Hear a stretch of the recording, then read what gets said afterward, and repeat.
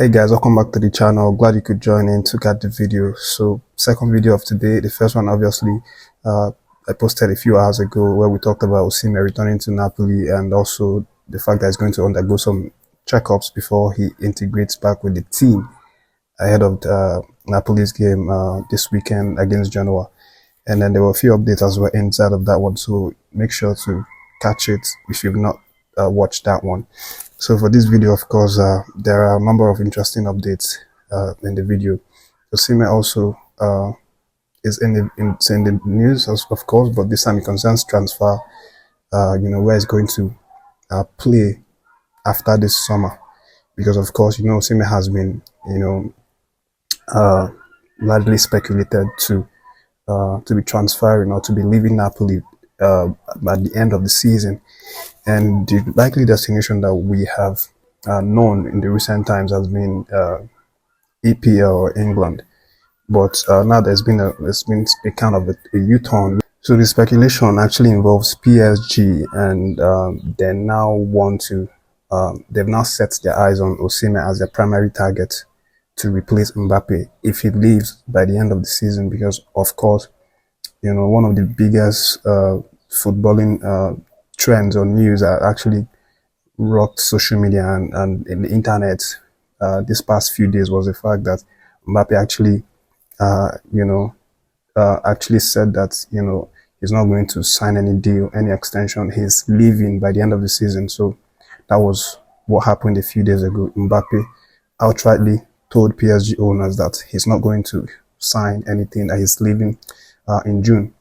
So now they've now lined Osimhen as the replacement for Mbappe. And PSG, they have all the money in the world. If they want to get you, they are definitely getting you. They are just like Real Madrid. If Real Madrid is looking for you, you can't hide. They are going to get you because they are very powerful and they have all the money. So PSG now obviously looking at Osimhen as a primary target. And this means that Chelsea and Liverpool could be crying at the end of the day, because we know that Osimhen, the two clubs that have shown some really massive interest in Osimhen over the last couple of months have been Chelsea and of course Liverpool. But even Chelsea in January tried to see if they could get Osimhen, but it didn't really work. And they're now waiting till the end of the season to go again with bigger offer, bigger proposal. And it's very, very likely that PSG will outmuscle or outpower the likes of Liverpool and Chelsea in getting Osimhen. But that remains to be seen, of course. And of course, anybody that wants to buy Osimhen is going to, bring out a lot of money, at least, in the area of 120 million euros, based on the, the price tag set by Napoli for Osimhen. But that's not an issue for clubs like PSG. They have all the money, and they could very likely, tempt or lure Osimhen away from English Premier League. But just let's leave that one and then track it as it unfolds. And let me go straight and tell you that Moffi has now, returned to his lovely club, E.Guinea, where he was doing great things before. Peseiro added him to that late AFCON team. Of course, now he has gone and reintegrated with the team. Of course, one or two videos ago, I talked about how he was being how a private jet was actually sent by E.Guinea to pick him, because they actually need him to play a match in the weekend. So he's now reintegrated with the squad and having a nice time, nice laugh, catching up with his friends that he left behind. And we wish him all the best. We know that, he's going to start playing matches again. Unlike the AFCON that we saw, that he came around and we didn't really see much of him because he didn't really play a lot.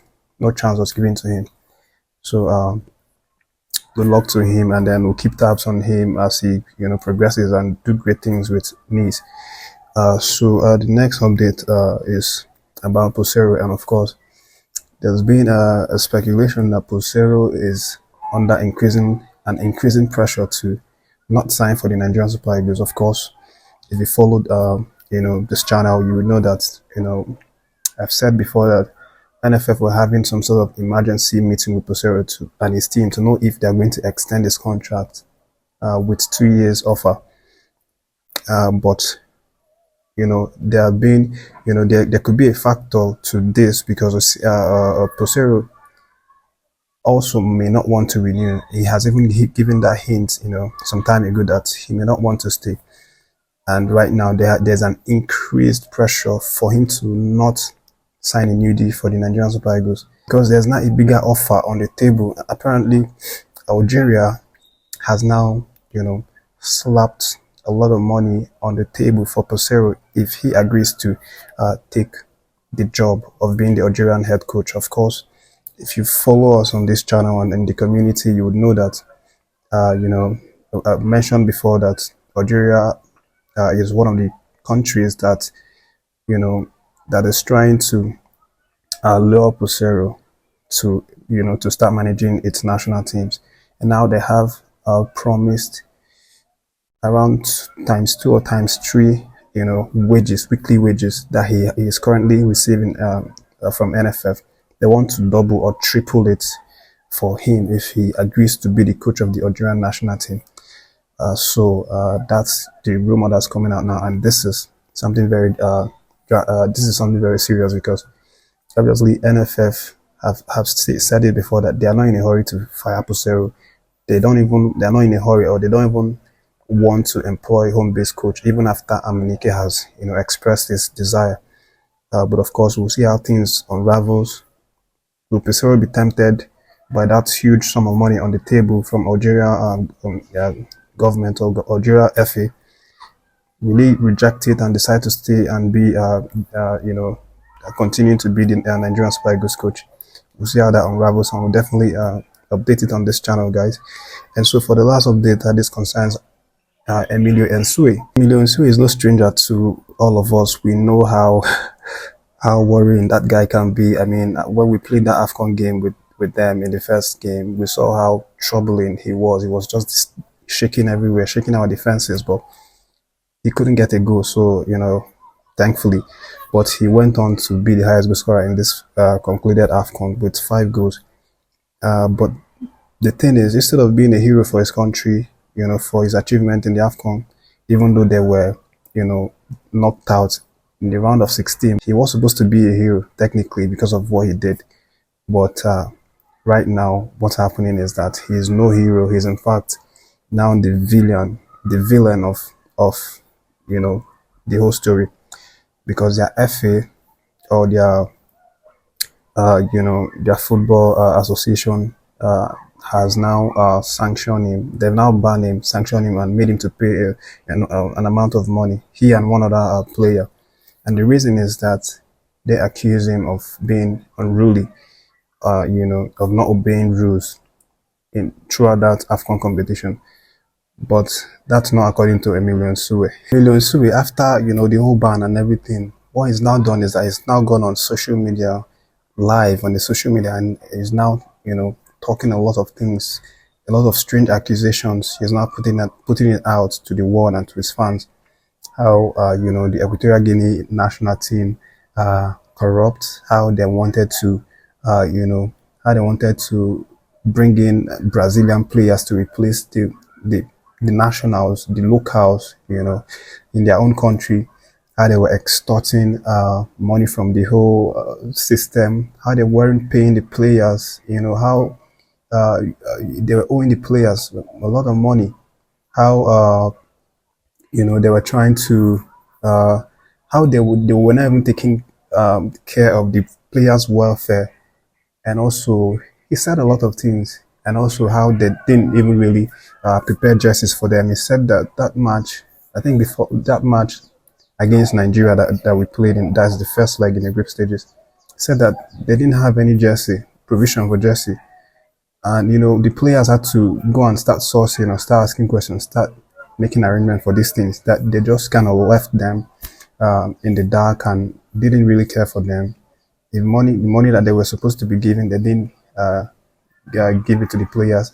He said, especially for home-based players who didn't really have, mouth to say anything, they really, treated them badly. by owing them a lot of salary and all of that. But nothing has been done about it. Nothing has been. It's just something that took the world like a surprise, because we didn't really know all these things were happening until now that he has just said it.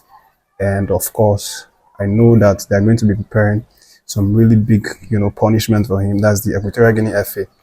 But of course, he didn't care about that. He wanted to take the risk to let the whole world know about it, and that's exactly what he did. And maybe FIFA might look into it, maybe not, but of course we'll see how that unravels from here. I wanted to add that in this video to hear your thoughts or your opinions about it. Thank you for catching this one. Don't forget to like, share, and subscribe, and then stay tuned for more updates, guys. Take care of yourself.